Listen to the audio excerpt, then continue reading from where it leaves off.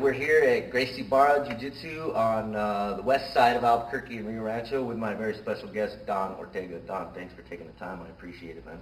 Now, you have the distinct honor of competing in the Abu Dhabi tournament, September 25th through 27th in Barcelona, Spain. And I wanted to congratulate you, first of all. And my first question for you would be, how did you achieve such an honor to be invited? Well, I went out to the trials, the West Coast trials in California, and was lucky enough to win the tournament. So that gave me an automatic bid and sponsorship to go over there. Who all competed in that tournament?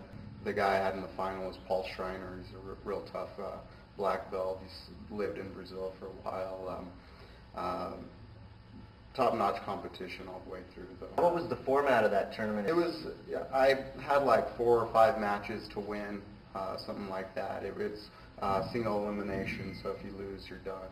Before we pushed record on the camera, you were giving me a little bit of insight as to how the Abu Dhabi tournament developed. Yeah, it's actually a sheik from Abu Dhabi who created the tournament to bring the best submission wrestlers around the world, kind of to make the best tournament.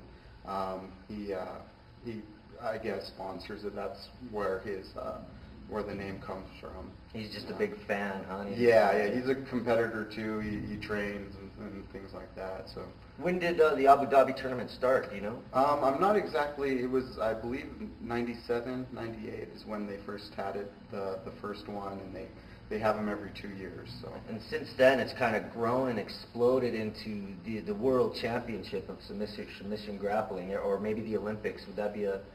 Yeah, it's bar none the top level of competition. They invite all the top, some of the top UFC fighters, some of the top world-class wrestlers, and top Brazilian Jiu-Jitsu fighters from around the world to showcase their stuff. You know, I was looking at the roster of some of the people that are going to be in your weight class in that tournament, and some of the names are really big, and really what I wanted to know is, you know, you can't train for one specific opponent when you're walking into this tournament. You've got to train to just be the best you can be. Talk to me about your mindset and what you're preparing for as you get ready to go there. It's a lot of strategy, knowing when I need to go for things and when I need to relax, and being able to be well-rounded on my back and on the top position, because you don't know who you're going to get. You can get a guy who's going to pull guard the whole time, or you're going to get a world-class wrestler who's just going to try and take you down and keep you on your back the whole time. So just got to be ready for everything. How does Brazilian Jiu-Jitsu or Jiu-Jitsu fit into the MMA game now as compared to back in the day when the Royce Gracies were dominating at the MMA scene?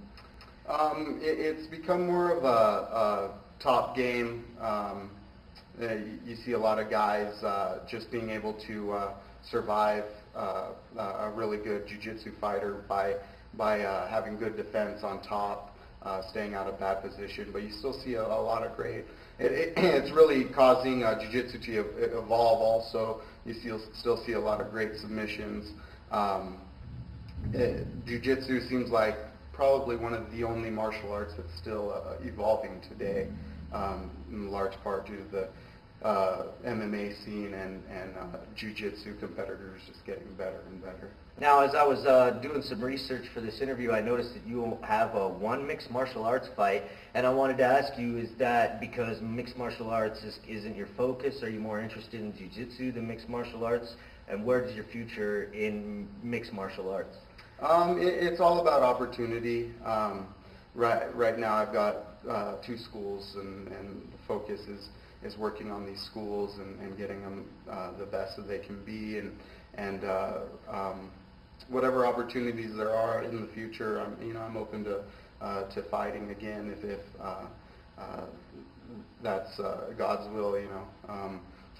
Either way, I'm satisfied with what I'm doing now, and I love challenges. So if there's other avenues, as long as it's the right situation, I don't want to go into something where I'm not sure it's 100% my heart's into it. No, definitely, Don, man.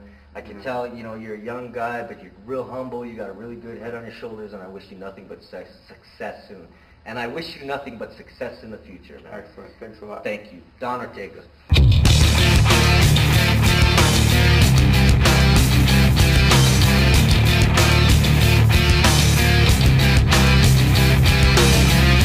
He said, she said, we said, it's complicated, sat down, what's that sound?